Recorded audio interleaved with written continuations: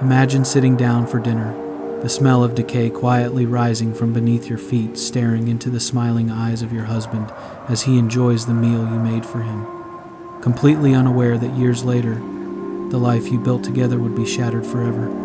Before we continue, we want to extend our deepest condolences to the family of Christopher Denoyer.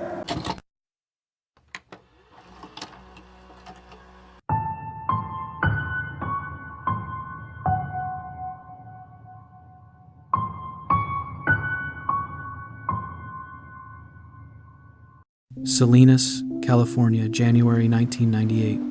Salinas is known as one of the most fertile regions in the state, located about 160 miles south of San Francisco. Much of California's vegetables come straight from its fields. And in that new year, a couple moved into their very first home, the Carbajals. Wanting to make the place his own, Mr. Carbajal began renovations. He started in the crawl space, where he noticed a mound of dirt with what looked like sneakers sticking out. They appeared to be 1980s-style shoes. Time passed, and the Carbajals settled in, hosting friends and relatives. Mr. Carbajal even mentioned the shoes under the house to his sister, daring her to go down and see them for herself.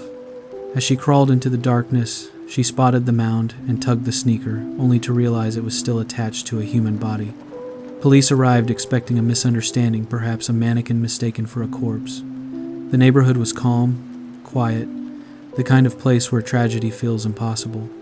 But once they entered through the kitchen pantry and dropped into the crawl space, reality hit. The remains were about 20 feet in, directly beneath the dining room table. Officers spotted Vans off the wall, shoes, socks still scrunched around the ankles, bones disappearing into the earth. This was no prank.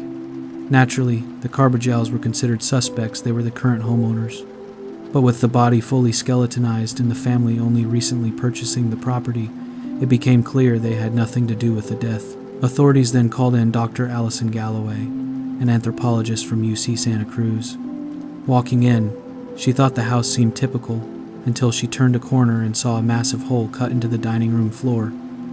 Beneath it, a mound of dirt and a buried human being. She used a thin metal probe to determine the boundaries of the grave before excavation began. The first major find was the skull fractured, requiring extreme care to preserve every fragment for later reconstruction. It didn't take long to determine the cause of death. 3 gunshot wounds, 2 to the head and 1 to the back. Sifting through the soil, investigators also recovered a bullet, a .357 Magnum projectile. So not only did they have the body, they had the ammunition used to kill him. With the homicide confirmed and the Carbajal family cleared, police turned to the home's history. The new owners mentioned a letter they received shortly after moving in, a notice from police about a missing person who disappeared from that very address in 1984. It appeared this discovery was finally bringing closure to a cold case from July 13th, 1984. That letter the Carbajals received was a standard missing person follow-up. Police often mail those out when they believe a runaway may have eventually returned home. It was meant for the previous owners, not the Carbajal family. The missing teen was one Christopher Denoyer. Chris moved to Salinas after his parents divorced.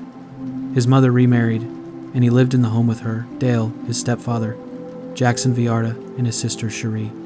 Chris was a typical skater kid, friendly, outgoing, loved by friends. But he didn't enjoy the move. He missed Los Angeles and his dad, whom he remained very close with.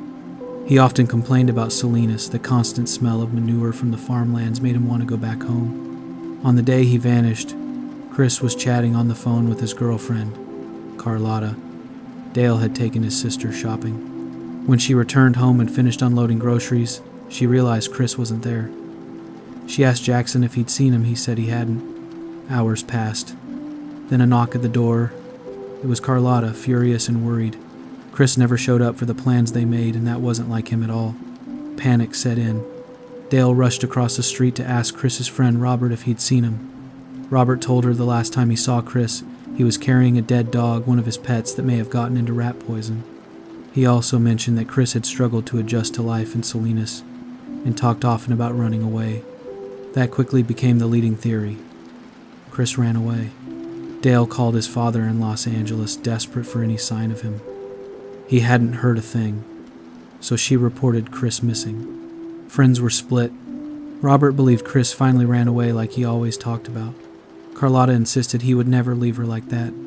Meanwhile, Dale did everything a terrified mother could do, constant calls to police, plastering the area with hope. A sighting came in from Phoenix, Arizona, so she traveled there immediately, chasing any chance of finding her son. Then, a letter arrived. "Don't worry about me, Mom. I'm going to Southern California. Look for me in the NFL." It brought a small amount of comfort. Maybe Chris was alive, just choosing freedom. But 2 weeks after his disappearance, a foul smell began spreading through the neighborhood. Residents were used to unpleasant odors from the farms, but this was different. Wrong. Heavy. Rotting. Eventually, it became unbearable. Jackson, Dale, and Cherie sold the home and moved away. When the coroner examined the remains from beneath the Carbajal home, dental records confirmed their worst fear: the body was Christopher Denoyer. Now, the new question was, who killed him? And why was he buried beneath his own home? Robert said that when the news finally reached him, it felt like all the air had been sucked out of his lungs. Chris wasn't just some kid from school, he was the cool kid, the one everyone gravitated toward. And to learn that he never escaped that town he hated so much, that he died there, beneath the very home he wanted to run away from, it devastated him. When detectives began reopening the investigation, they started with the people closest to Chris at the time. First up, his girlfriend, Carlotta. They tracked her down, assuming she'd know more about Chris than maybe even his own mother, but she could only repeat what she had been told, that Chris packed up his things and ran away. That explanation never sat right with her. The night he vanished, they had plans. He never missed plans with her. But back then, no one listened. It was an open and shut runaway. Now, the police saw how shattered she was. Her reaction alone made them believe she had no involvement. Instead, she gave them their first real lead. Chris hated being home. The only happiness he found in Salinas was when he was with her. That information pointed investigators directly toward the people inside that house. Next on the list, Chris's younger sister, Cherie. Detectives tracked her down all the way in Xenia, Ohio. Years removed from that life, she was blindsided when police stepped into her living room asking about a childhood home she barely remembered from Salinas, California. They asked whether anything unusual stood out from the time Chris disappeared, and she recalled just one thing: the smell. She remembered asking her biological father what it could be, and she remembered the lie Jackson, her stepfather, fed them both, that Chris's pet snake had escaped and died somewhere in the house. The investigation narrowed sharply. Detectives now believed that whoever controlled access to the home at the time had to know what happened. There were only two people who fit that description: Dale, Chris's mother, Jackson, his stepfather. Both were brought in under the guise of a simple follow-up interview. Police knew better than to give them time to rehearse a story. Dale was seated in a witness room. When detectives broke the news that the remains found beneath her former home were positively identified as her missing son, she completely collapsed, sobbing, destroyed. And when they asked how she failed to connect the disappearance of her child with a stench of death coming from underneath her house, they didn't get the answers they hoped for. Detectives suspected one of two things: either she was unbelievably naive, or she was involved. Dale, horrified by the suggestion, finally began to talk. She opened up about the growing tension in the home, particularly between Christopher and Jackson. She explained that Jackson ran a strict household, and Chris was a rebellious teenager, a classic recipe for conflict. But detectives wondered, was it really just typical arguments? Or had something darker been boiling beneath the surface? While Dale was being questioned, Jackson was undergoing his own interview in a separate room, and his reaction raised eyebrows immediately.